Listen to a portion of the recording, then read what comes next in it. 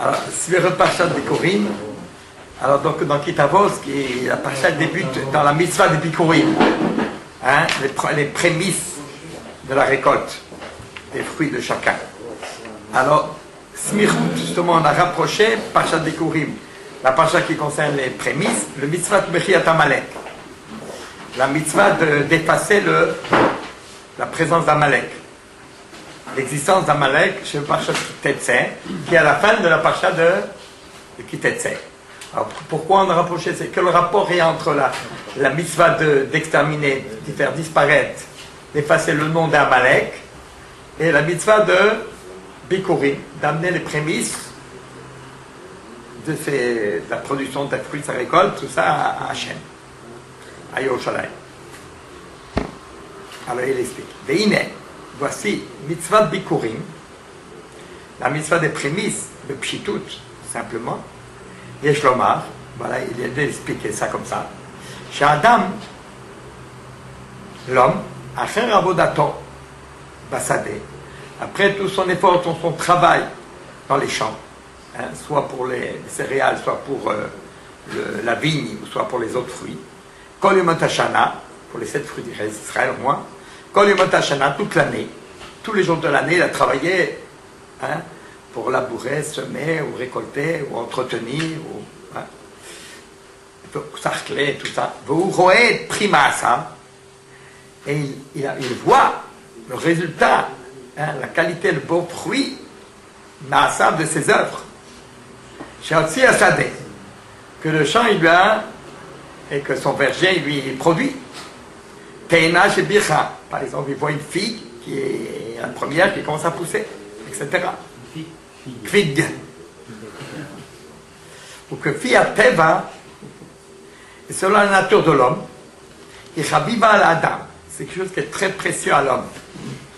La preuve, un fil au prix Hadash, même un fruit nouveau, Chenel Midi Château, qui n'est pas le fruit de son travail à lui, ou Ben Grono, et de son grenier, Nami, sa grange plutôt. Nami Chaviv, c'est quelque chose de tellement apprécié, on me va dire Madame Chérian, on en fait Chérian, mais c'est un nouveau fruit.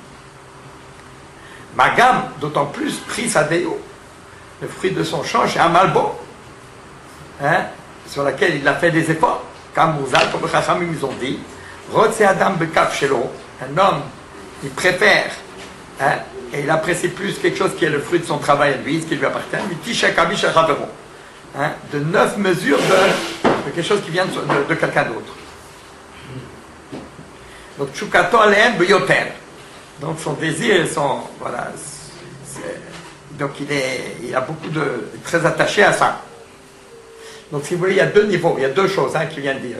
Chérianou, s'il découvre un nouveau fruit, même si ce n'est pas lui, ce n'est pas son œuvre, le fait de découvrir quelque chose de nouveau, ça revient, et puis que c'est quelque chose d'apprécié, mais qu'il n'avait pas vu pendant longtemps, et après il le retrouve, déjà ça, le produit du nouveau, qui sort de rien, puis qui devient comme ça, et puis ça vient, déjà ça le rend plein de joie.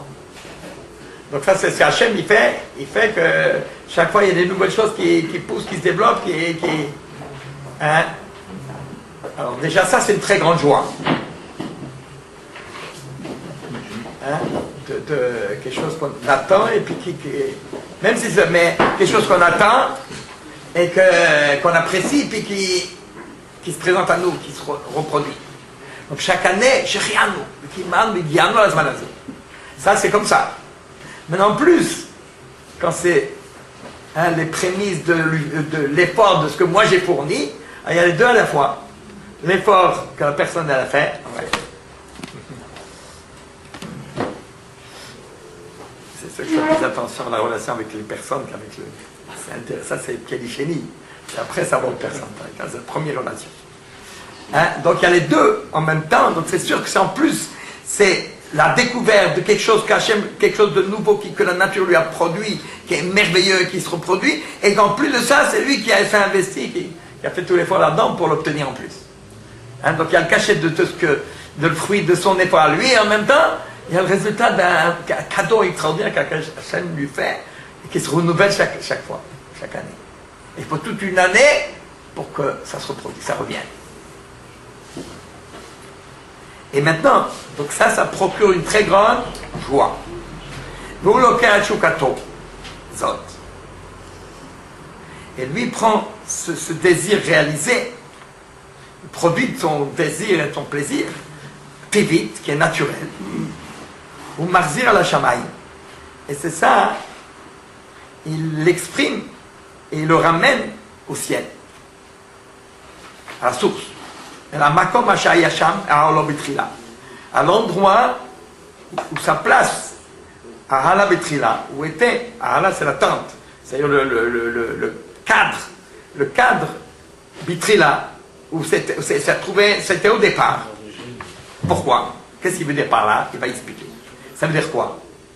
Kol hachukot shebaolam, tous les cycles de désir et puis d'investissement et de réalisation et de plaisir de découverte, comme tout ce qu'on a expliqué, tout ce processus-là qui nous permet d'avoir de ressentir une très grande joie.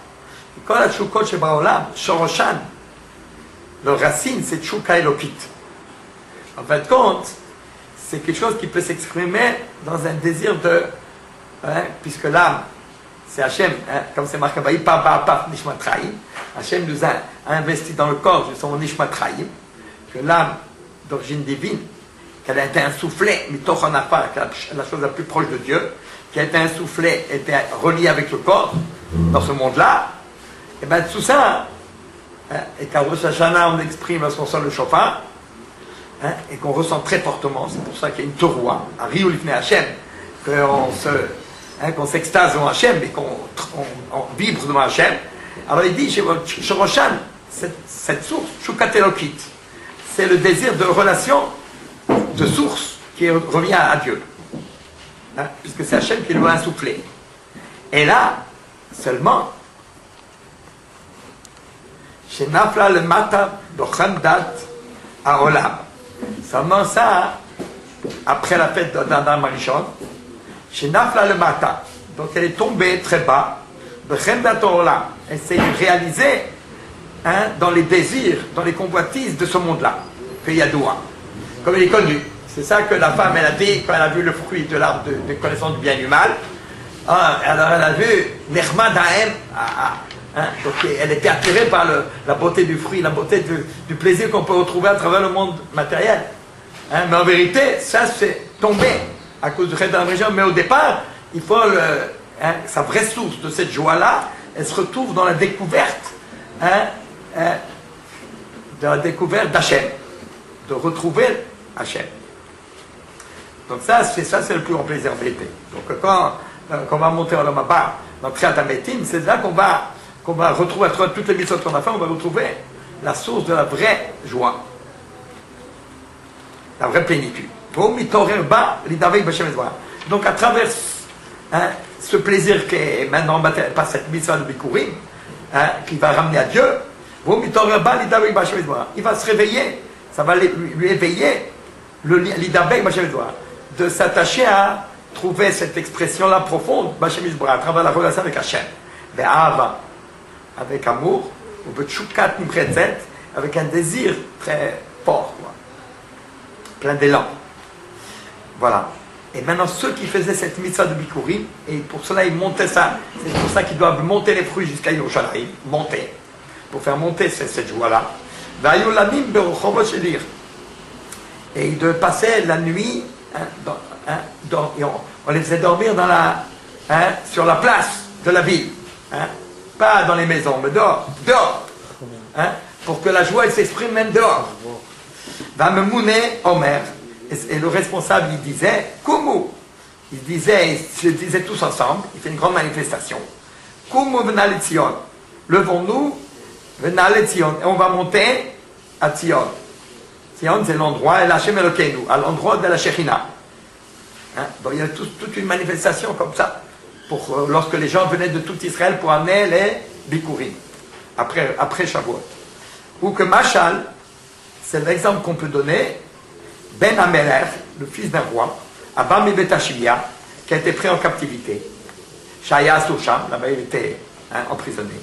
Shassim Raïb Liket Zuvul, la joie elle est sans limite. lorsqu'il retrouve la liberté, il revient vers son père.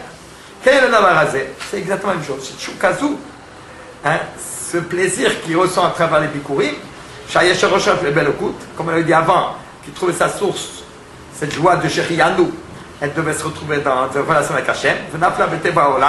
Elle est tombée, elle s'exprime dans le monde naturel d'aujourd'hui. C'est comme si elle était emprisonnée dans l'expression matérialiste.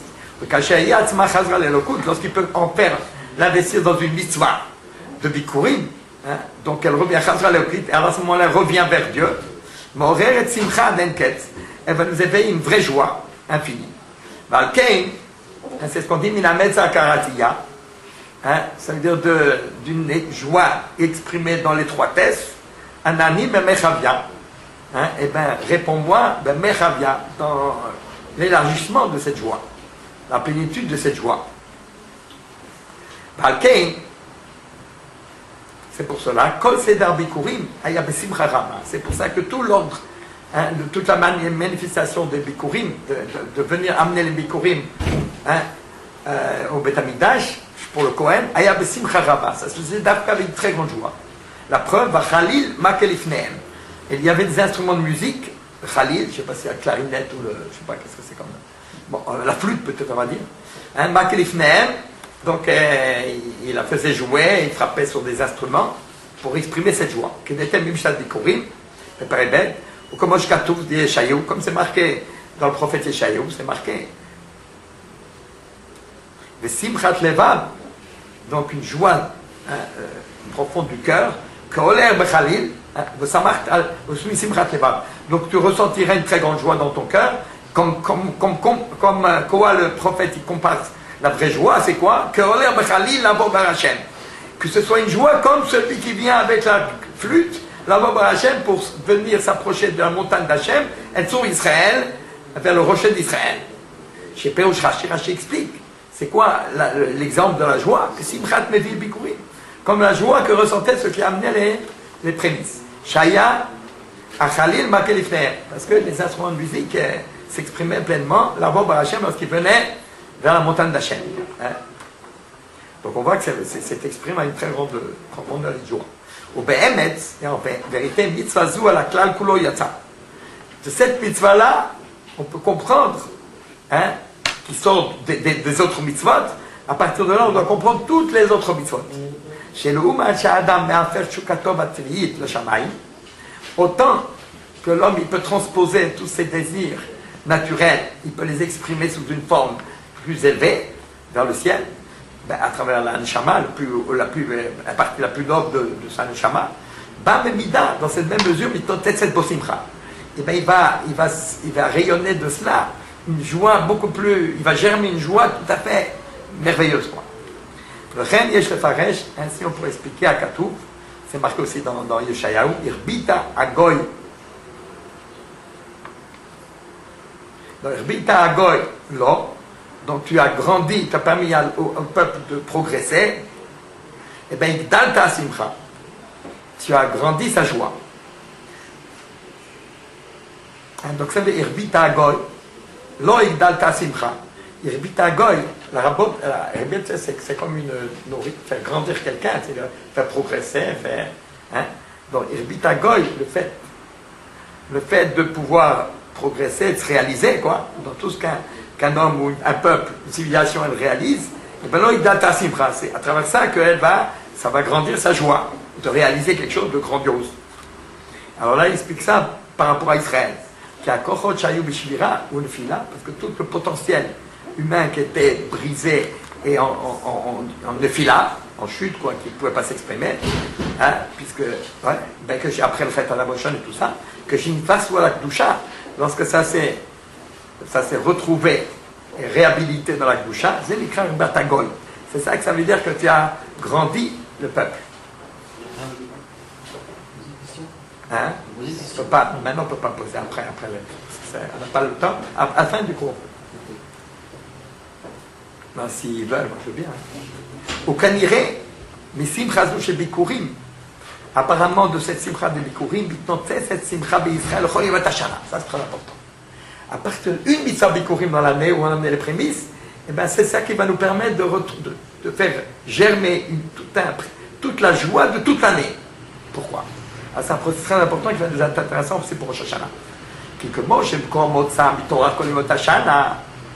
De la même manière que la Korah, pour trouver cette joie qui s'exprime, elle vient de quoi? C'est le résultat du Torah, d'une fatigue, d'une peine, d'un effort. C'est un investissement de toute l'année. Hein? Ainsi ça peut se faire toute l'année. Ça veut dire que la joie et l'étendue de la joie, hein, combien elle se répand, elle s'exprime, elle dépend de sa préparation. Autant je me prépare à une joie, quelque chose dans la joie, autant ce temps de préparation, de joie, il va permettre à la joie ensuite de s'étendre elle-même aussi. Ok, j'ai dit que combien la Kudusha elle peut se répandre et elle peut être disons, chez Emshech HaKdusha, la continuation, hein, combien se répand la Kudusha, le Fiachana. Elle dépend de la préparation. Si la préparation est longue et progressive, autant la Kudusha elle pourrait rester plus longtemps. Quand Shahachana le Shabbat, par exemple, dans la mesure où on commence à préparer le Shabbat 3 jours avant, mercredi, jeudi, vendredi, qui aznik khalif Shabbat, et c'est ça ce qu'on appelle avant Shabbat, 3. De la même manière, et bien après Shabbat, il reste encore de la lumière de Shabbat 3 jours après. Pourquoi? Pas à cause du Shabbat tout seul. Dans la mesure où la préparation c'est 3, alors, et bien on pourra encore, ça se répandra tout doucement après aussi 3. Hein? Donc l'après est dépendant de l'avant, de la préparation d'avant. Comme ok, Yom Tov, aussi pour Yom Tov, il dit il faut préparer les fêtes toujours un mois avant. Il faudrait dire aussi qu'après la fête, on a toujours encore 30 jours de rayonnement d'après la fête. Ça s'appelle encore après la fête.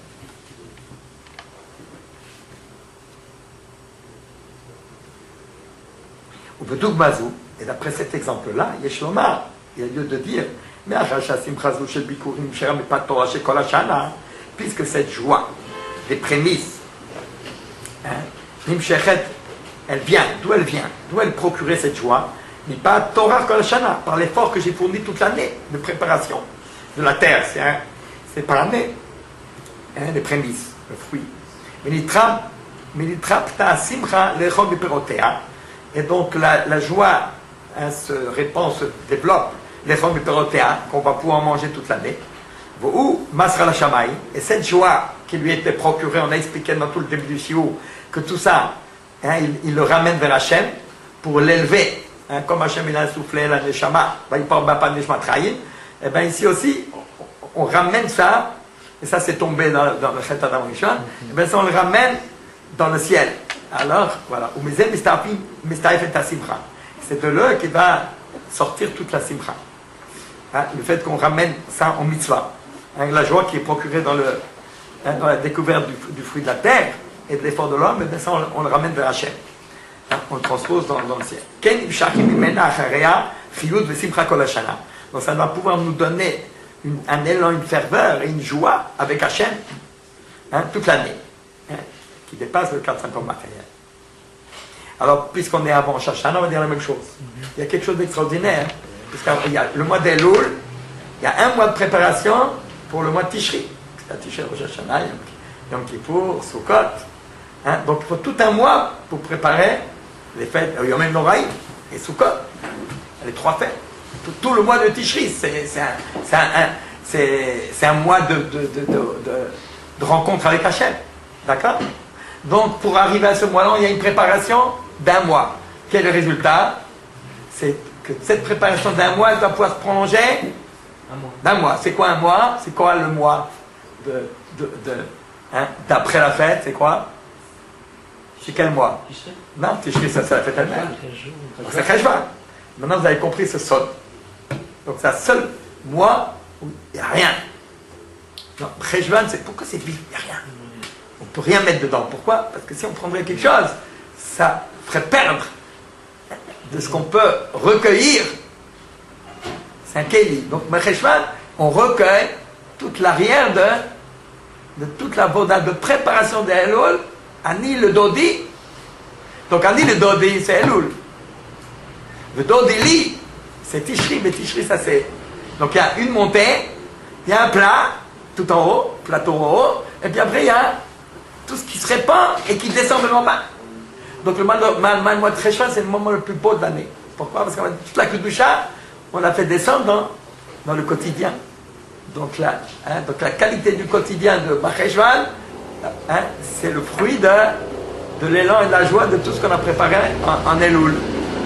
Donc après ça, un mois. Elul, Macheshvan. Bon, ça fait 3 mois en fait. Bon, continuons. Donc ça c'est le côté de la Simcha. Ça c'est le côté de la Simcha. Je n'ai pas obligé de répondre. Réine Amalek, et voici pour Amalek, qu'est-ce qui est marqué pour Amalek? Bon, il est marqué à ce propos de Amalek, à chaque parce qu'on cherche on cherche la relation entre, quelle est la relation entre les Bikurim et l'effacement d'Amalek? Efface Amalek et après tu fais les Bikurim. Pourquoi? Amalek Tibor, quel est le sod d'Amalek? Lui, il t'a refroidi dans le chemin. Qu'est-ce que c'est refroidi? Voilà ce qu'on a dit. Brachi, c'est une lancha, des pshircha, des ikraotra. 3 choses, si tu dis. D'abord, c'était bouillant. Après, il t'a refroidi. Il t'a tsondra, il t'a fait refroidir. Après, ifshircha. Et après, une fois qu'il a essayé de te refroidir, c'était bouillant. Alors, de ce refroidissement, il en est venu pshircha. Tu es passé du stade de bouillant au stade de par le froid. Le bouillant par le froid, il arrive au stade de pshara. Tiens, ça veut dire, je sais pas, oui, non, je doute. C'est plus la même certitude, la même chaleur, la même ferveur. Et puis après le pshara, ça veut dire après le tiens, ikraotra. C'est devenu mikré, c'est-à-dire c'est devenu peut-être, ça veut dire c'est devenu circonstanciel, c'est pas évident quoi. Mais devant tout le monde. Ça veut dire le peuple d'Israël, c'est un hasard, quoi. C'est pas, ce qui est important ici, c'est froid, c'est en même temps mikré. Car mikré, ça veut dire, parce que quand c'est chaud, ça veut dire que quand c'est chaud, c'est parce que j'ai un projet, je vais vers quelque chose, j'ai une préparation vers quelque chose. Le fait de se préparer vers quelque chose, c'est ça qu'on a dit la préparation nous donne après un résultat qui se prolonge. L'investissement. Plus il y a d'investissement, plus il y a de joie après quand je découvre. Alors, et puis si j'ai pas de projet, j'ai rien d'intéressant à faire, eh ben c'est sûr que c'est froid et c'est sûr qu'à ce moment-là, voilà, il n'y a rien. Voilà. Et ça c'est mikré, ça s'appelle par hasard. Donc ikraotra. Donc Amalek, il te dit tout ton projet, toute ta chaleur, tout ton dynamisme, toute ta préparation, c'est sais rien que c'est. Donc ça devient mikré, circonstanciel quoi. Bon, d'accord, on va voir ça. Donc tout dépend de la préparation. Ou quoi perachnou, la joie. On attend quelque chose, alors on est content de la trouver. Chez Beba, chez Tzinecha, Bifshircha, Batzmecha, Aïnou, c'est quoi? Chez Ti, Kol Avodatam, Mikriou 3. Il a eu une mauvaise influence sur Israël, sur le Coran, Kol Avodatam, Mikriou 3. Il a fait qu'en fin de compte, tout ce qu'ils font, ils le font, Mikriou 3, avec d'une manière un peu sans concentration, sans ferveur, quoi. Mahmazé Atzmo, parce que ça veut dire qu'ils ne sont plus tellement motivés. Ils prêtent plus, et c'est plus une chouka, un désir très important. Mahmazé Atzmo, Nistalek Mem Tselem Elokim. C'est ça qui fait perdre à Israël le Tselem Elokim. C'est-à-dire, donc l'image divine qui se trouve dans l'homme, c'est parce que Dieu lui a insoufflé l'âme. L'âme, c'est quoi? L'âme, c'est le projet. La ferveur de faire quelque chose, de s'investir dans quelque chose. C'est ça l'âme. Alors si on n'a plus la motivation comme il faut, on fait les choses machinalement comme ça. Donc il n'y a plus d'âme dedans. À ce moment-là, qu'est-ce qui arrive? Le Tselem Elokim, la tête du bonhomme, elle est fade. Si quelqu'un fait les choses comme ça, alors que la force du juif, c'est parce que tout dépend combien il est fier de ce qu'il fait, il est motivé, à ce moment-là, le visage, il est rayonnant, il est puissant. Il fait trembler les gens qui sont dans les Tselem Elokim. Chez Mahmaton, Nafal Pardam, Alkol ou Mo. Pourquoi, quand ils sont sortis d'Égypte, tout le monde avait peur d'Israël? Parce qu'Hachem leur a donné il leur a Nassim Nishma. Ils avaient une telle ferme. Nassim Nishma était tellement convaincu dans ce qu'il voulait faire, tellement grandiose, qu'à ce moment-là, tout le monde a peur d'eux. Vous comprenez? Parce qu'ils ont Tselem Elokim, c'est quoi? Qu'est-ce qui est fort dans l'homme, que l'animal il comprend? Parce qu'il sent que l'homme il a un potentiel, une capacité d'action terrible. D'accord? Alors ils ont peur. Si on sent que tu as des grandes armes, eh ben, ils ont peur de toi. Alors c'est ça. Alors qu'est-ce que. Le Tselem Elokim, chez Mahmoud Nafal Pardam Alkol Aumot. Alors c'est Amalek qui les refroidit, mais le Tselem Elokim est cette force qui émane d'Israël, ça tombe. Comme au Shkatouf. Parce que normalement c'est marqué V'chaou kol ha'aretz. Après qu'Amalek soit. On verra plus tard, V'chaou kol ha'aretz, à ce moment-là ils verront tous les peuples de la terre qui Shem Hashem dikra lecha. Que le nom d'Hachem il est gravé sur toi, écrit sur toi. Il peut se lire sur toi. Puis ils auront peur de toi. Au Beklal, Iskimu Besorim Akdoshim. D'une manière générale, ils ont conclu dans les Sfarim Akdoshim qui expliquent des choses profondes. C'est Klipat Amalek. Donc c'est ça le Yetzara d'Amalek, le Klipa, c'est quelque chose qui nous sépare d'Hachem. Iskororut, c'est le fait de ne pas être vraiment motivé des choses, de douter ou quoi. Va aider à Simcha, et le manque de joie, de chiyut et de ferveur, quoi, parce qu'on n'est plus tellement motivé. Ça veut dire, lui, il vit dans un monde matériel tellement épais, tellement, qu'en fait, il nous met dans une atmosphère de doute, tellement il y a une pression de matérialité, donc c'est ça, Amalek. D'après tout ce qu'on expliquait, on comprend bien ça. Puis, déjà, on avait expliqué à un autre endroit. Tam oncho shel Amalek. Pourquoi Amalek, il a été tellement puni? Shayakol Kargadol, sa punition elle était tellement grande. Que quoi? Quelle est la plus grande des punitions qu'on leur a fait? C'est Yomar Shemo Bezichon, qui est une histoire d'effacer son souvenir. Mais en réalité, le plus grave, c'est quoi effacer son souvenir? C'est ce qui est marqué là. Le plus grave de tout, chez Eibe Kablim Gerim Amalek. Le pire de tout, c'est qu'on ne peut pas accepter des Gerim d'Amalek.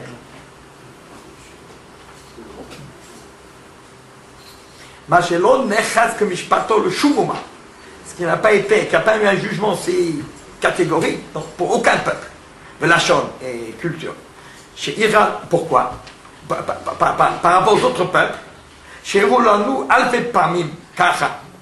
Même il y a des peuples qui ont été durs avec nous, 1000 fois pire que ça. Barzirut avec Arzariut, avec brutalité, Chama, terrible, fort. Yotzet Mekesh Ateva, quelque chose d'incroyable, extraordinaire. Que nous ramène ça au Kodome, comme les Babyloniens, tout ça, quand ils sont détruits le temps, toute la cruauté qu'ils ont eue. Amalek Beder Milchama, tandis qu'Amalek il est venu en guerre avec eux.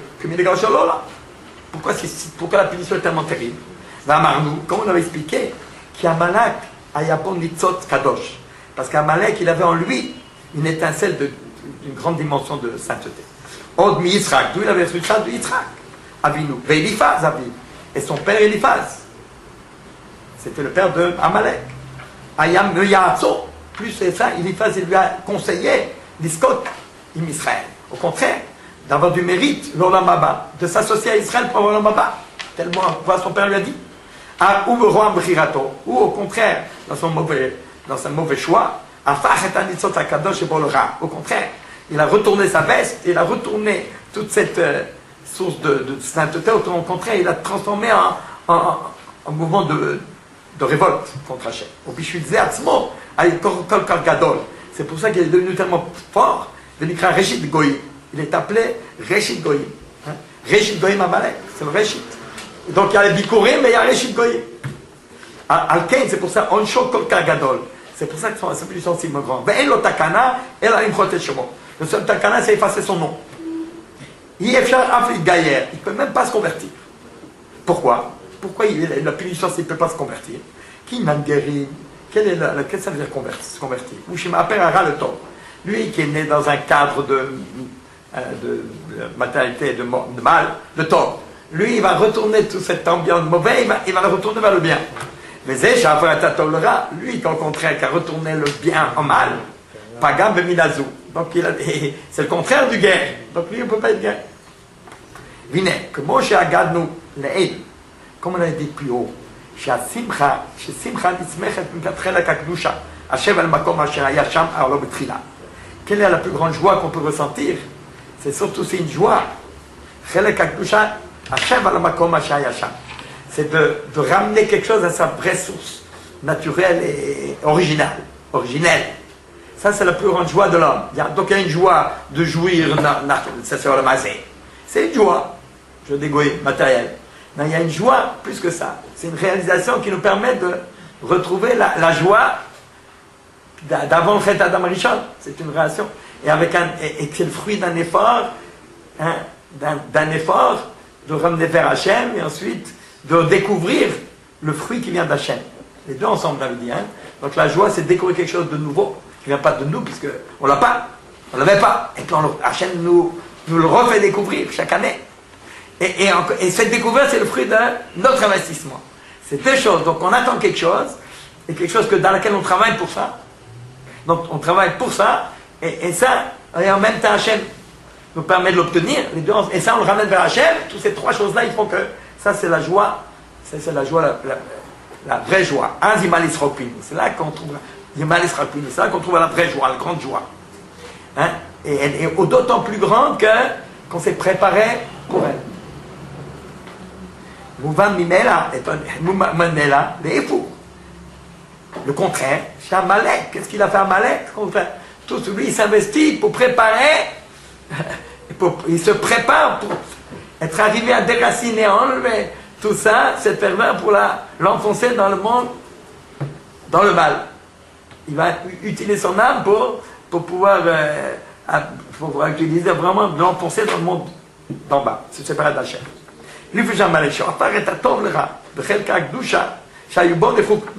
Tout pour lui, tout est un hasard, et il n'y a pas de providence divine, il n'y a pas de shkacha, il n'y a pas de projet divin. Tout s'est matérialisé dans le monde de la nature et tout, il enfonce tout là-dedans. Toute la joie est donc esclave du monde de la nature. Donc il nous cause à nous le contraire de la vraie joie. Il y a une joie au début, mais après à la fin, c'est la mort. Hein? Comme a terminé les nazis et compagnie. Donc à Simcha, donc Gorem à Eder Simcha et Korut, au contraire, ça enlève toute la joie, et Korut, et tout est micré par hasard, donc en fin de compte, à la fin, ça on réaliserait, et c'est le froid. Un peu, on se laisse vivre, quoi. Donc on fait les choses, mais légèrement, sans préparation, sans investissement, et sans... Valken sont vraiment découvertes. Valken, il pâche toute Klipatamalek, Garmazot l'Israël. Donc c'est pour ça que le fait que se répande cet écran de l'âme divine, de la Klipa d'Amalek, Garmazot l'Israël. C'est ça qui a entraîné à Israël tout cela. Comme Shkatu, Hashekor, Habaderech. C'est eux qui nous entraînent vers le mal. Mais mot sur Advarim, Shamalek ou Ifucha Bikurim. Donc d'après ça, bien Réchit Koim Amalek. Donc justement, l'Amalek, c'est justement le contraire de ce que doit représenter le Bikurim. Autant le Bikurim, c'est la préparation ramener vers Hachem, autant Amalek, c'est le contraire. Qui au corps Ram Karer Miaesh. Parce que ça, au corps Amalek, c'est ce qui est cette force négative qui nous refroidit, qui nous fait douter et qui nous fait un peu abandonner un peu. Et on dit comme si c'était absurde et que Miaesh, ça ne vaut pas la peine. On n'a plus d'espoir. Votre Klipat Amalek, Kayemet, tant que cet écran d'Amalek existe, on peut même pas amener Bikurim. On n'a pas la force d'amener Bikurim. Qu'est-ce que d'amener Bikurim? Est-ce qu'on a la force en Israël, avec tout ce qu'ils ont investi les sionistes là-bas, est-ce qu'on a envie d'amener le Bikurim en chaîne? C'est pas évident. C'est pas évident, c'est difficile. Donc il y a ce pouvoir-là. C'est pas vraiment croyant. Mais par le fait qu'Hachem, comment on peut amener les Bikurim en fait, quand même? Parce que même si on ne peut pas faire le Poel, on peut étudier et puis on peut l'attendre. On peut y aspirer. Oui, comment cela? Alors là, la réponse c'est ça. Par le fait que juste avant, on nous a dit, voilà, puisqu'il a fait ça dans Dvarim, ben on a dit Hachem nous donne qu'il y a une mitzvah Timchet Zecher Amalek. il nous donne la mitzvah. S'il nous donne la mitzvah, c'est que c'est une mitzvah qu'on a en nous. Donc on peut réaliser cette mitzvah, chacun à son niveau, l'improd chez moi, d'effacer son nom. Si on a la mitzvah, et Dieu nous dit de le faire, et nous dit, il peut le faire lui, mais il veut que nous on participe, on le fasse en tant que mitzvah, c'est comme si c'était déjà effacé, quelque part. On a déjà la possibilité d'effacer un peu. Hein, déjà. Cain ou Amalek, hein, alors c'est comme ça que déjà, grâce à ça, on peut amener les Bikurim. Donc comment on peut lire la parasha Bikurim? Grâce au fait que juste avant, Dieu nous a dit, hein, efface Amalek, et maintenant tu peux amener les Bikurim. Dans le pari. Cain ou Amalek, Yoshua. C'est exactement la même chose, parce qu'Amalek s'est attaqué à Israël. Qu'est-ce qui s'est passé? Yoshua, il a affaibli Amalek. Mais Tamo, c'est à partir de là que vient la mitzvah de l'examiner. Avec Dami, déjà ça commence déjà un petit peu, c'est comme un peu quelque part, il est déjà à moitié en train de devoir se disparaître. Dans le Cain, le Cholapachot, Nichlas Kocho, donc il s'est déjà affaibli, le Chou, donc Amalek existe encore, autant qu'il existe. Après, il y a David Amelech, il y a Shaoul et tout ça. Après tout ça, hein, mais bien, grâce à cette mitzvah qu'on est en train de faire, alors justement, tout ce qui est reste d'Amalek ne peut pas nous empêcher d'amener vraiment de se préparer à la mitzvah de Bikurim. C'est pour ça qu'on a rattaché la mitzvah de prière d'Amalek à son contraire, qui nous permet de, au contraire, si autant qu'on détruit Amalek, on comprend combien il faut faire attention de ne pas se laisser refroidir par Amalek, autant on est capable de comprendre combien la mitzvah est belle et les mitzvahs de Bikurim et tout, et que ça nous sert pour toute l'année. Voilà.